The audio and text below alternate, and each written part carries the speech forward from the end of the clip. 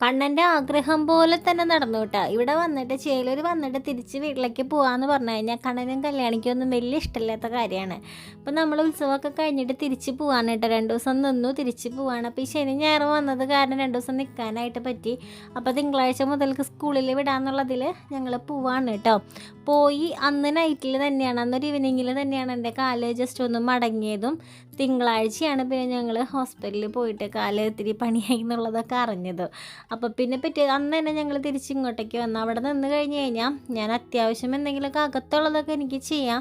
പക്ഷേ കൂടുതൽ എന്തെങ്കിലും പണികളൊക്കെ എടുത്ത് കാല് കുത്തിക്കഴിഞ്ഞ് കഴിഞ്ഞാൽ നീര് കൂടിക്കഴിഞ്ഞാൽ പ്ലാസ്റ്റർ ഇടണമെന്ന് പറഞ്ഞിട്ടുണ്ടായിരുന്നു.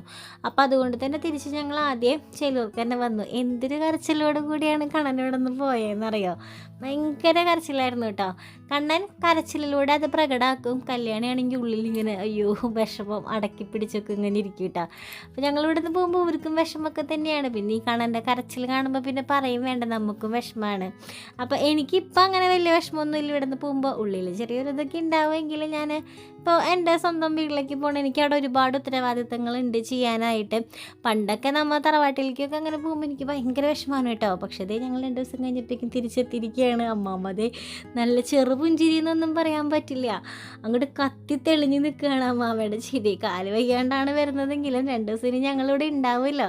ആ ചിരിയാണ് ഈ മുഖങ്ങളിലൊക്കെ തന്നെ കാണാനുള്ളത് കേട്ടോ. ഇവിടുത്തെ രാവിലെകൾ എന്ന് പറഞ്ഞത് മിക്ക ദിവസവും അച്ഛൻ അമ്പലത്തിലൊക്കെ പോകാറുണ്ട് കേട്ടോ. കണ്ണൻ്റെ നാളോ അല്ലെങ്കിൽ ഇപ്പോൾ ചേട്ടൻ്റെ നാളോ ഒക്കെ ആണെങ്കിൽ പോയി വഴിപാടുകളുണ്ട്. ഇത് മുടക്കാത്ത വഴിപാടുകളാണ് കേട്ടോ കണ്ണൻ്റെ വഴിപാടൊക്കെ. എല്ലാ മാസവും അവൻ്റെ നാടിൻ്റെ വഴിപാടുകൾ നമുക്ക് ചെയ്യാനുണ്ട് കേട്ടോ ശിവൻ്റെ അമ്പലത്തിൽ. അപ്പോൾ ഇവിടെ ആകുമ്പോൾ കണ്ടേശ്വര അമ്പലത്തിലാണ് കൊടുക്കാറുള്ളത്. അച്ഛൻ സ്ഥിരമായിട്ട് പോയി ചെയ്യും. ഇപ്പം എൻ്റെ ആണെന്നുണ്ടെങ്കിൽ ഞാൻ അവിടെ ചെയ്യുകയാണെന്നുണ്ടെങ്കിൽ എനിക്ക് പറ്റാത്ത മാസങ്ങളിലൊക്കെ അത് ബുദ്ധിമുട്ട് വരും. അപ്പോൾ ഇവിടെ അതങ്ങനെ കണ്ടിന്യൂ ആയിട്ട് ചെയ്തു പോകുന്നുണ്ട് കേട്ടോ. അപ്പം അമ്മയ്ക്ക് ഞങ്ങൾ വന്ന പണി കൂടുതലാണ്, കാരണം ഞാൻ റെസ്റ്റും കൂടി ആയിട്ടാണ് വന്നിട്ടുള്ളത്. എന്നാലും ആൾക്ക് സന്തോഷമാണ് കേട്ടോ ഞങ്ങളിവിടെ വന്ന് നിൽക്കുന്നതൊക്കെ.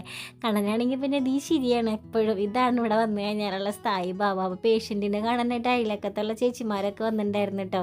കാല് വയ്യാണ്ടൊക്കെ ഇരിക്കല്ലേ, ബാൻഡേജൊക്കെ ചുറ്റിരിക്കല്ലേ, അയലൊക്കെക്കാരൊക്കെ കാണാനൊക്കെ ആയിട്ടൊക്കെ വന്നിട്ടുണ്ടായിരുന്നു കേട്ടോ. എനിക്ക് ചിരി വരണം അത് പറയുമ്പോൾ, പേഷ്യൻറ്റിനെ കാണാൻ വന്നു എന്നൊക്കെ പറയുമ്പോൾ.